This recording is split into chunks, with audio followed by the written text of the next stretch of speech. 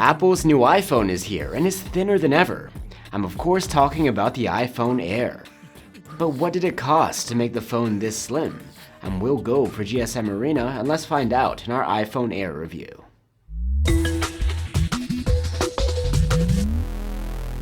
Apple finally brought the spirit of the MacBook Air to the iPhones, giving us a phone with a large display, but a thin and light body that's easy to carry around. The iPhone Air replaces last year's iPhone 16 Plus, but it's no successor. This model is less than 6mm thick and weighs only 165 grams. It has a Pro-level chipset and a high refresh rate ProMotion display. However, there's only one camera on the back. The rear panel of the iPhone Air is made from frosted ceramic shield glass, and we have this super subtle light blue finish here. There's a large glossy camera bump that stretches all the way across, even though it's only housing a single camera. The thin frame is also glossy and is made of titanium, something that even this year's Pro models don't have, but it does look and feel a lot like the chrome-painted plastic frames you see on a number of mid-rangers. Between this camera setup, the feel of the frame, and the remarkable lightness of the phone, the impression of the iPhone Air just isn't as impressive as you'd expect from a design-centric premium smartphone. At least there are no surprises when it comes to ingress protection. The iPhone Air is IP68 rated against dust and water submersion to a depth of up to 6 meters. Screen-wise, the iPhone Air is bigger than the vanilla iPhone 17, but it's not quite as large as the iPhone 17 Pro Max. What you get here is a 6.5-inch OLED panel with a high resolution, a 120Hz refresh rate, and ceramic shield glass 2 protection. Like on the new Pro Max, there's an anti-reflective coating here.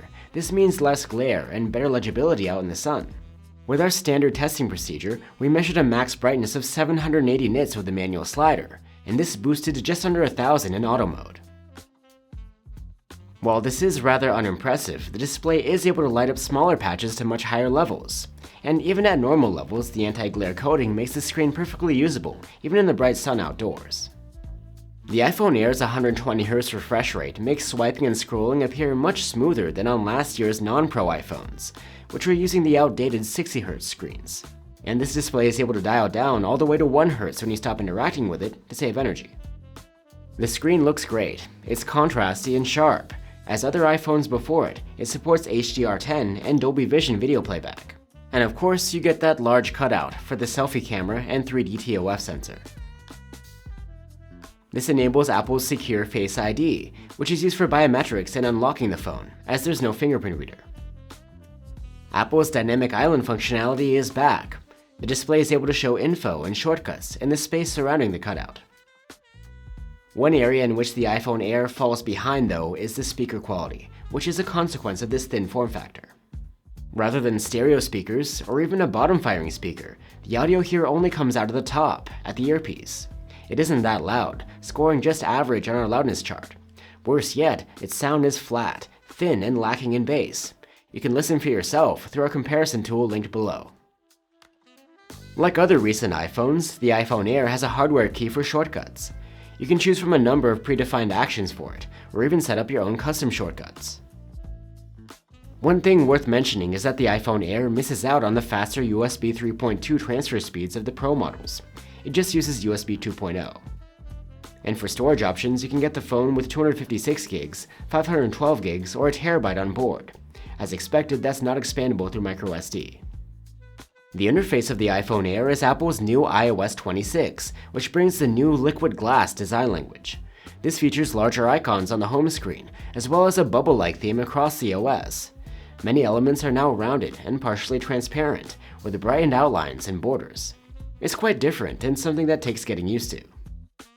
We'll be doing an in-depth video about iOS 26, and we'll add a link to that here when it's ready. And for software support, you'll be getting at least 5 years with the iPhone Air, just like on other recent iPhones. The iPhone Air's chipset situation is a bit more complicated than it seems at first glance. It packs an Apple A19 Pro, like you'd find on this year's iPhone Pro models. But actually the chipset inside of the Air is less powerful, with a 5-core GPU instead of the 6 that the Pros get. In CPU benchmarks, the iPhone Air clearly outranks the iPhones from last year, but when it comes to graphics, it trades blows with them. It's also consistently outscored by the iPhone 17 Pro Max, even if Apple's specs would make you believe that they have the same chipset. Still, the iPhone Air is very powerful, and it's doubtful that you'd notice the difference in raw power from the Pro models. And quite surprisingly, the iPhone Air does a respectable job when it comes to thermal management, considering the thin form factor.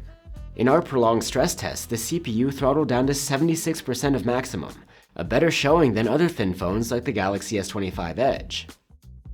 The battery of the iPhone Air is small, as you might expect, at 3,149 mAh. But even so, the phone squeezes a decent amount of endurance out of it, earning an overall active use score of 12 hours and 44 minutes. That's better than some Android phones with batteries at 5,000 mAh. The charging here is not very exciting. The iPhone Air doesn't get the new Power Delivery 3.2 with AVS that you see on this year's other iPhones. With the proper adapter, we charged the phone from 0 to 57% in half an hour, and a full charge took a little more than an hour and a half.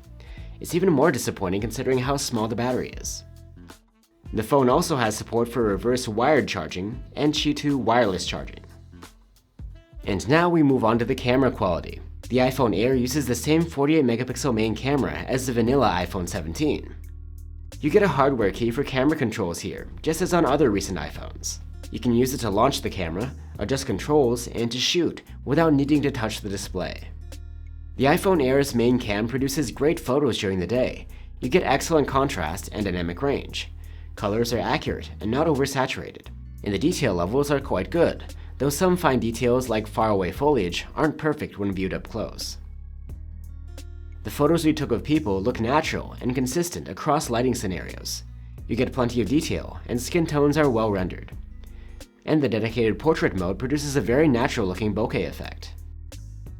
When zooming in digitally at 2 times, you can see a drop in sharpness and fine detail if you examine closely, but overall the quality is pretty solid. In the dark, photos come out clean and sharp, with good detail, low noise, and accurate colors. Dynamic range is good too, though light sources are often clipped. The iPhone Air tends to trigger night mode rather often, and shooting this way does take extra time, but you can disable it manually. If you keep it on, you get more detail in the shadows. And in darker scenes, it also helps improve the dynamic range and sharpness, but the clipped light sources are still present. Moving on to selfies. The new 18-megapixel selfie camera brings a multi-aspect sensor that can capture a 4x3 selfie in either a landscape or portrait orientation, with no need to rotate the phone. Image quality is great. Selfies are sharp and detailed, with wide dynamic range and natural-looking skin tones and colors. The extra wide field of view is handy, and so is the autofocus, which keeps your subjects coming out consistently sharp. The iPhone Air can record videos in 4K at up to 60 FPS, and the main camera's footage is excellent. It's clean and crisp, with plenty of fine detail and a wide dynamic range. And at 2x zoom, the quality remains great, even if foliage and buildings in the distance come out a little fuzzier. The electronic video stabilization does a great job here to smooth movements out. The nighttime footage is impressive too, with wide dynamic range, good contrast, and accurate colors. Noise is also quite low. So there you have it, guys. The iPhone Air is an impressive feat of engineering. Apple was able to fit all of that hardware into such a slim form factor without wrecking the battery life or the thermals. The biggest downside here is the speaker quality. A single speaker around the earpiece is a far cry from what you get on any other iPhone. Also, while the camera does an okay job, you don't get the versatility of an ultra-wide or a telephoto. But otherwise, the iPhone Air is a good phone, and if you ever wish your iPhone was thinner, then this could be the right choice for you. Thanks for watching, guys. If you're looking for another ultra-thin alternative, there's the Samsung Galaxy S25 Edge. Or if you just want the premium iPhone features without going over budget, then there's last year's iPhone 16 Pro. Let us know what you think, and I'll see you on the next one.